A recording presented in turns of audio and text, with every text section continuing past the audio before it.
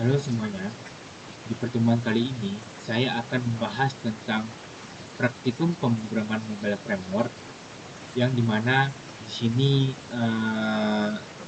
dibantu atau didampingi oleh dosen saya yaitu Bapak Fikri dan Bapak Irgi Yoga. Kemudian di sini saya akan menjelaskan beberapa hal yang sudah saya kerjakan dari pertemuan yang dilakukan pada pertemuan kedua.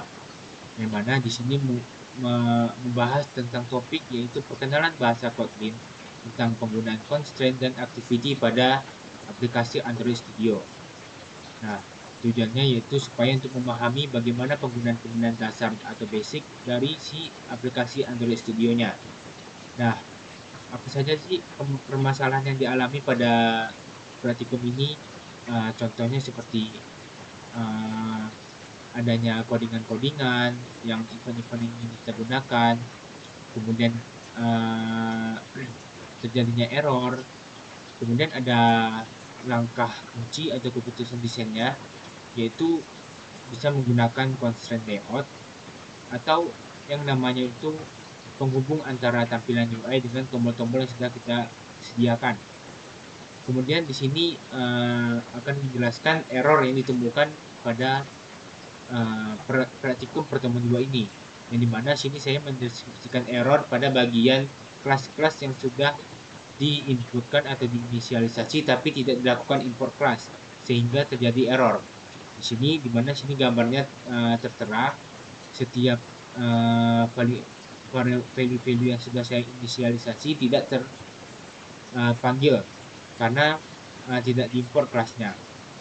Kemudian saat saya analisis error tersebut tidak dilakukan analisa variabel. Nah, solusinya yaitu kita harus mengimport dulu untuk kelasnya supaya bisa memanggil value-value tersebut bisa berjalan. Kemudian tantangannya yaitu pembuatan modul, yaitu karena masih awal pembahasannya masih belum terkesan familiar.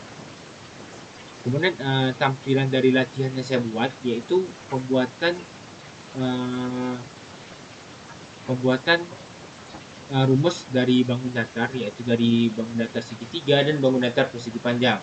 Yang dimana ini merupakan salah satu overview dari si layout tampilan UI-nya. Dan berikut saya tampilkan hasil link demonya, yang dimana di sini saya membuat dari filenya pertemuan 2. Isinya itu merupakan ada activity hitung luas bangun datar, yang dimana dimulai dari pemanggilan override, kemudian pemanggilan value ini kita panggil import kelasnya. Kelasnya ini merupakan dipanggil dari macam-macam atribut yang digunakan pada layoutnya. Kemudian mengset dari setiap event-event yang kita sediakan, mulai dari event tombol untuk menghasilkan hasil dari hitungan segitiga dan tombol untuk menghitung hasil dari persegi panjang. Nah, ini merupakan rumusnya dari value-nya true, dia menghitung luas 0,5 kali alas kali tinggi, kemudian ditampilkan hasilnya di atas dari inputannya. Nah, kemudian itu akan kita tampilkan pada bagian layout. Nah, bagian layout ini merupakan hasil dari tampilan UI-nya, di mana bagian atas ini ada maksud alas, maksud tinggi, dan maksud segitiga. Nah, nanti itu tampilannya akan ditampilkan pada bagian ini.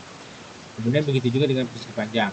Nah, dengan kodenya itu kita sesuaikan dengan masing-masingnya dengan constraint yang sudah kita sambungkan ke parent masing-masing tombol, mulai dari judul, mulai dari segitiganya, alasnya, tinggi, beserta sampai yang ke bawah-bawahnya. Kemudian untuk pemanggilan tampilan UI ini menggunakan drawable, mulai dari buttonnya. Pembentukan button itu berwarna gradient biru, kemudian edit text yang bertampilan warna ungu keputihan, kemudian untuk BG itu berwarna ungu pastel. Kemudian hasil akhirnya adalah seperti ini. Jadi saat dijalankan seharusnya ini akan menjalankan event dari hitung luas segitiga dan dari hitung luas persegi panjang. Jadi ini merupakan hasil demonya, yang dimana ini kita memasukkan angka-angka dari luas segitiga, yaitu masukkan alas, masukkan titik tinggi. Contoh di sini kita masukkan alasnya 12, kemudian titik tingginya itu kita masukkan 10. Maka pada saat itu, nah ini merupakan hasil dari luas segitiganya, yaitu 60, menggunakan rumus yang dipakai pada activity si event tombol segitiganya. Kemudian begitu juga dengan luas persegi panjang, itu di sini saya masukkan 7, lebarnya saya masukkan 10,